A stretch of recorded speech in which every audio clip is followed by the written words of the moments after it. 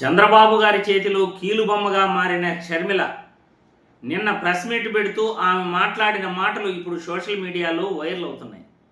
ఇంతకీ ఆమె ఏం మాట్లాడారు? ఆ మాటలు విన్న తర్వాత మళ్ళీ మనం విశ్లేషించుకుందాం. ఆస్తులేన అజెండా అయితే జగన్మోహన్ రెడ్డి గారు నేను సైన్ చేసుకున్న ఎంఓయూ పేపర్ ని ఇన్ని సంవత్సరాలుగా ఇప్పటికీ కూడా బయట పెట్టకుండా కోర్టులో ఒక కేసు వేయకుండా అది నా చేతిలో మాత్రమే పెట్టుకొని కూర్చునేదాన్ని కాదు. ఇప్పుడు కూడా ఎంఓయూ బయటకు వచ్చింది అంటే ఎందుకు వచ్చింది? ఎందుకంటే జగన్మోహన్ రెడ్డి గారు సరస్వతి షేర్లు మళ్ళీ వెనక్కి కావాలని అమ్మ మీద కేసు వేస్తూ ఆ కేసు పరంగా ఎంఓయూను ఆయన సబ్మిట్ చేశాడు కోర్టులో. కాబట్టి ఎంఓయూ ఈ రోజు పబ్లిక్ డొమైన్ లో ఉంది. కానీ నా చేతిలో ఉండి కూడా ఎంఓయూ నేను కోర్టుకు వెళ్ళలేదు. ఆస్తులేన అజెండా అయితే నేను ఎప్పుడో కోర్టుకు వెళ్ళేదాన్ని. చూశారుగా షర్మిల గారు మాట్లాడుతున్న మాటలు. మరి షర్మిల గారు కోర్టుకు వెళ్లాల్సింది, కోర్టులోనే న్యాయం తేల్చుకోవాల్సింది. మరి ఎందుకు ప్రెస్ మీట్లు పెట్టి ఇలా జగన్మోహన్ రెడ్డి పరువు తీస్తున్నారు అని నేను ఈ వీడియో ద్వారా ప్రశ్నిస్తున్నాను. సరస్వతి పవర్ ప్రాజెక్టు షేర్లు ఎంఓయూ తల్లి పేరుతో రాసింది నిజం. ఆ సరస్వతి పవర్ ప్రాజెక్టు షేర్లన్నీ కూడా ఈడీ అటాచ్మెంట్లో ఉన్నాయి అన్నది నిజం. ఈడీ అటాచ్మెంట్లో ఉన్న షేర్లని షర్మిల పేరుతో బదలాయించుకుంటే జగన్మోహన్ రెడ్డి బెయిల్ రద్దయి జగన్మోహన్ రెడ్డి జైలుకు పోతాడన్నది కూడా నిజం. అంటే తన అన్న జగన్మోహన్ రెడ్డి జైలుకు పోయినా పర్వాలేదు, అమ్మ పేరుతో రాసిన షేర్లు మాత్రం నేను అన్నకు తెలియకుండా బదలాయించుకుంటాను అని అంటున్నది షర్మిల. అంతే కదా, అన్నకు తెలియకుండా అన్న రాసిన ఎంఓయూను అతిక్రమించి అమ్మ పేరుతో రాసిన షేర్లను, సరస్వతి పవర్ షేర్లను అన్నకు తెలియకుండా నీ పేరుతో నువ్వు మార్చుకున్నావు అంటే అది దొంగతనమే కదా తల్లి. అన్నకు తెలియకుండా అన్న రాసిన షేర్లను నీ పేరుతో ఎలా మార్చుకున్నావు? ఈడీ అటాచ్మెంట్లో ఉన్న షేర్లు మార్చుకుంటే జగన్మోహన్ రెడ్డి జైలుకి వెళ్తాడు అని తెలిసి కూడా నువ్వు షేర్లు నీ పేరుతో బదలాయించుకున్నావు అంటే అన్న జైలుకు పోయినా పర్వాలేదు అని నువ్వు నిర్ణయించుకున్నావు.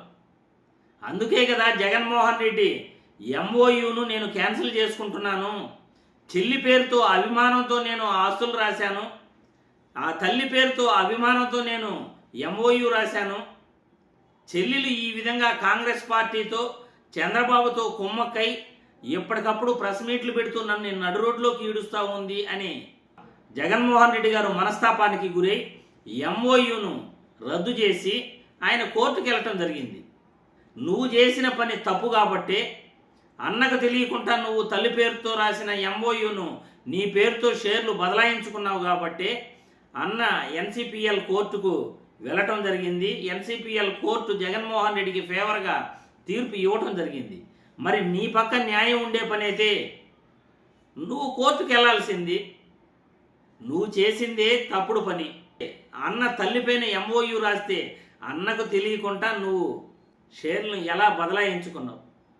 ఈడీ అటాచ్మెంట్లో ఉన్న షేర్లను నీ పేరుతో మార్చుకుంటే అన్నకు జైలుకు పోతాడు అని తెలిసి కూడా నువ్వు ఈ పని చేశావు అంటే తప్పెవరిది షర్మిల గారు? నీదే కదా తప్పు.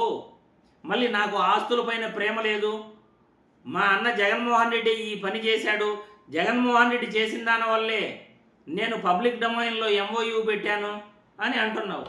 అసలు ఎంఓయూ రాసిందే జగన్మోహన్ రెడ్డి అయితే ఎంఓయూని ఎప్పుడైనా క్యాన్సిల్ చేసుకునే అధికారం కూడా జగన్మోహన్ రెడ్డికి ఉంది అని నువ్వు తెలుసుకోవాలి. భారతదేశంలో చట్టాలంటే ఏంటి, చట్టాలకున్న విలువేంటి, ఆ చట్టాలకున్న పని ఏంటి, ఆ చట్టాల కర్తవ్యం ఏంటి నువ్వు తెలుసుకొని మాట్లాడాలి. జగన్మోహన్ రెడ్డి రాసిన ఎంఓయూ జగన్మోహన్ రెడ్డి ఎప్పుడైనా క్యాన్సిల్ చేసే అధికారం ఉంది.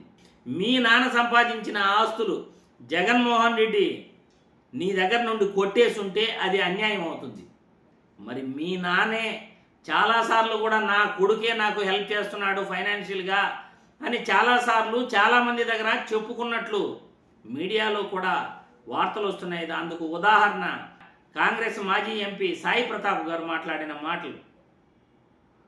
నా కొడుకే నాకు డబ్బులు సహాయం చేసే స్థితిలో ఉన్నాడు ఈరోజు అని ఆయన చాలాసార్లు కూడా తన తండ్రి గురించి తన కొడుకు గురించి వాళ్లే నాకు డబ్బులు ఫైనాన్షియల్గా సహాయం చేస్తారు అని కూడా చెప్పుకున్న రాజశేఖర్ రెడ్డి గారు ఆయన సంపాదించిన ఆస్తులు ఏదైనా ఉంటే మీకు వంశపారంపర్యంగా మీకు హక్కు ఉంటుంది.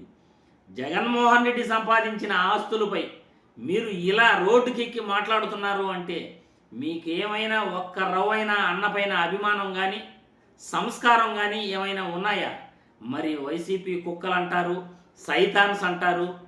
ఎవరి ఆస్తి కోసం మీరు పోరాడుతున్నారు ఈరోజు? అన్న ఆస్తి కోసం మీరు ఈరోజు పోరాడుతున్నారు కానీ మీ తండ్రి ఆస్తి కోసం కాదు మీరు పోరాడేది. ప్రజలు ఇది గమనించాలి. షర్మిల పోరాడేది తన అన్న ఆస్తుల కోసం, తన అన్న సంపాదించిన ఆస్తుల్లో వాటా కోసం పోరాడుతోంది కానీ తన తండ్రి సంపాదించిన ఆస్తుల్లో కాదు. తన తండ్రి సంపాదించిన ఆస్తుల్లో వాటా వస్తుంది కానీ అన్న ఆస్తుల్లో వాటా నీకు రాదమ్మా. నీకు రాదు ఎట్టి పరిస్థితుల్లో. నువ్వు చేస్తున్నది అన్యాయం.